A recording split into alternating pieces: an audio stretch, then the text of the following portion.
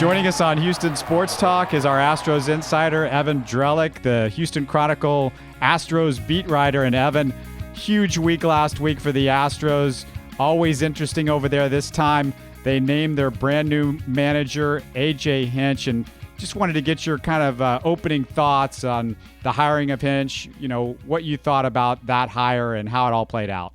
It was a great courtesy to me, so I didn't have to cover a manager search for the first month of the postseason. So I'm thankful to them. No, it wasn't surprising that Hinch was their guy. I think from the start, he was a name that made sense because of his prior front office experience. The fact that he also had managerial experience. You know, Jim Crane said the day Bo Porter was fired that they wanted managerial experience, and they got somebody who doesn't have a tremendous amount, but who has done it before.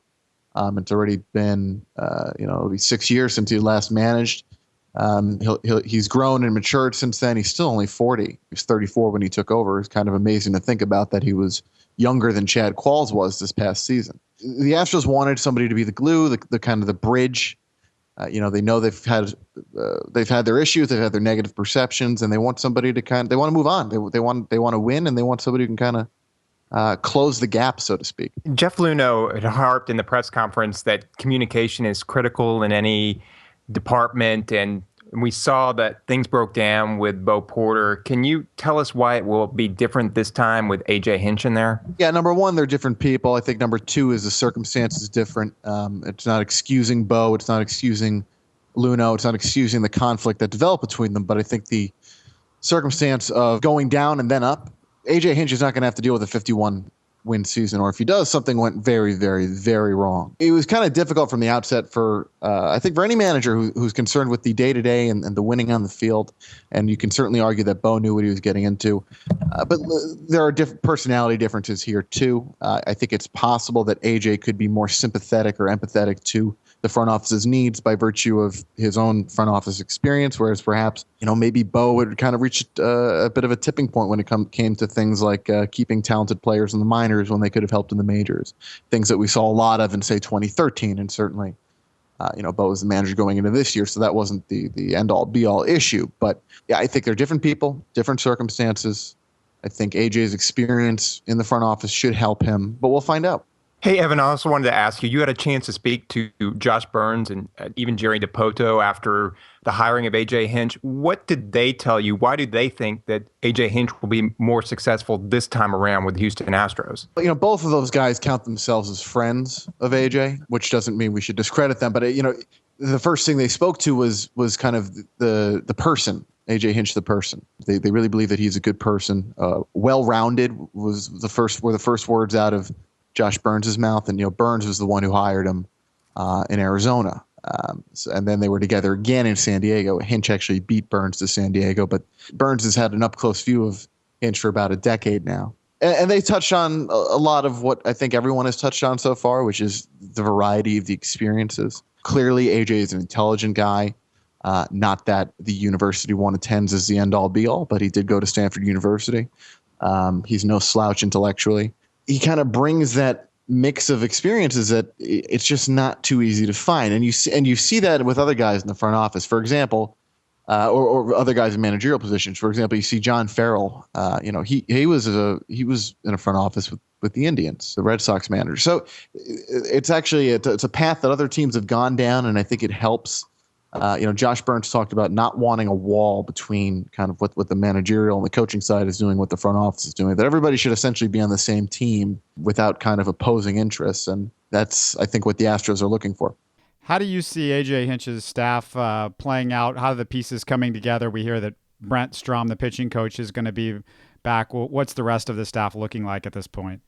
Yeah, Strom will be back, and I think that lends itself to a good chance that Craig Bjornson, the bullpen coach, who's essentially Strom's assistant, is kind of one way to look at it, although he certainly has his own duties. Likely he would be back because Strom is returning. John Maley and Pat Listesh are the wild cards. We don't know yet.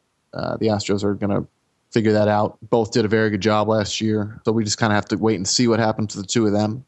I would be surprised if Tarek Brock was back, not because he didn't do a good job, but he was kind of brought in as someone who had a relationship with Porter. Listen, a new manager needs to be able to bring in some of his own guys and some guys that he's comfortable with. there's only so many guys to work with. Presumably there will be some changes somewhere along that staff. But I think that the two that we need to watch and kind of see what happens with are Maley and Listash. If one or both of them doesn't come back, it's really not necessarily because they didn't do a good job. Sometimes there are other factors at play. How do you think the Astros will upgrade the roster this offseason? They need a corner infielder. Jim Crane talked about this today at the Astros Foundation golf event. You look at the production they got out of Singleton and Dominguez, and it was really it was terrible. There's no other way to put it. You see signs with both the guys that they can be productive. You saw it with Dominguez in 2013. With Singleton, even in the majors, you see the walk rate's pretty good. He clearly has a grasp of the strike zone, and the power's still there. But it'd be great to get somebody who could kind of alleviate the concerns at both those positions. A corner infielder who could perhaps play both first and third base to kind of spell one guy if one guy is struggling. I think that's kind of a necessity, and Jim Crane himself touched on those weaknesses. Roger Clemens was also at the event. He said that the Astros will eventually need to get a frontline starter, which was, Clemens was very firm in his comments. He said the Astros are kind of at the point where they really need to start winning. This kind of growth talk needs to kind of end in his mind, but he felt they needed a starting pitcher, whereas Crane said he felt the starting pitcher was pretty good. I think there is room for a starting pitcher. Clemens was specific about a frontline starting pitcher, and certainly Clemens isn't making the decisions himself. In terms of what they can spend this winter, Crane acknowledged it probably around the $20 million uptick that went from 13 to 14. That's probably roughly the amount we could see going from 14 to 15.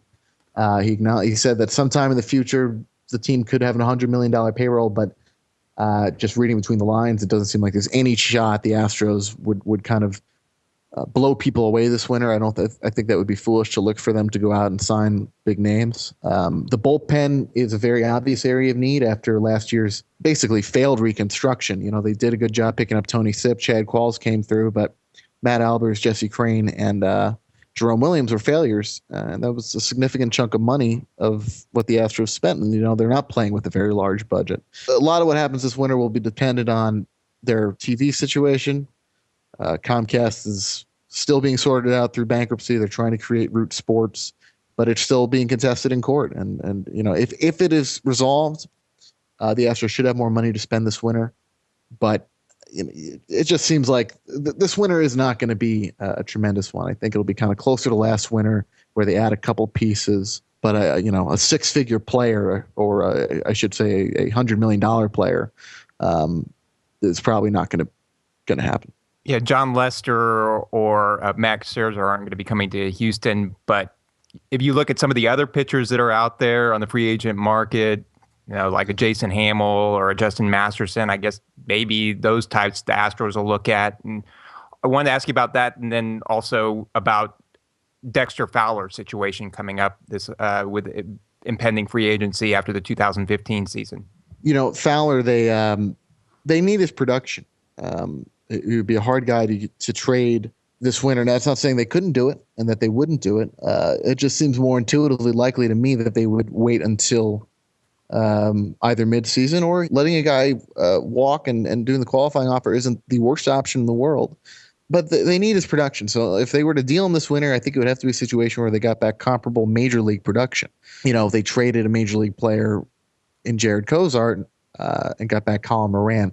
If they were to get a player of equivalent talent to Colin Moran for Fowler, I think that would be an interesting deal. And maybe that could sway their mind this winter. A real top prospect type of guy. But otherwise, Fowler's there, and they're just going to have some decisions to make because he's not the best defensive center fielder on the team. The stats very clearly show that. And the Astros, they know the stats. There's no question the Astros know their stats.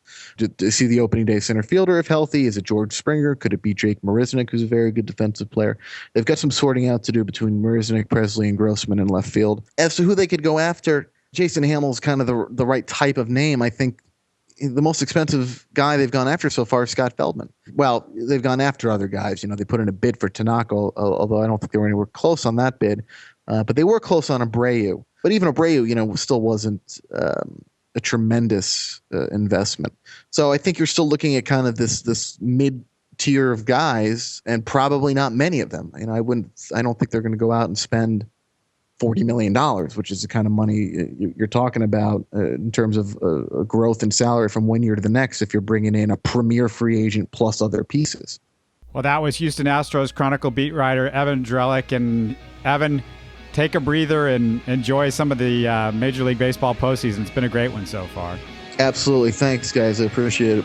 You can listen to more of our interviews and podcast on HoustonSportsTalk.net. Subscribe to Houston Sports Talk for free on iTunes or on the Stitcher app.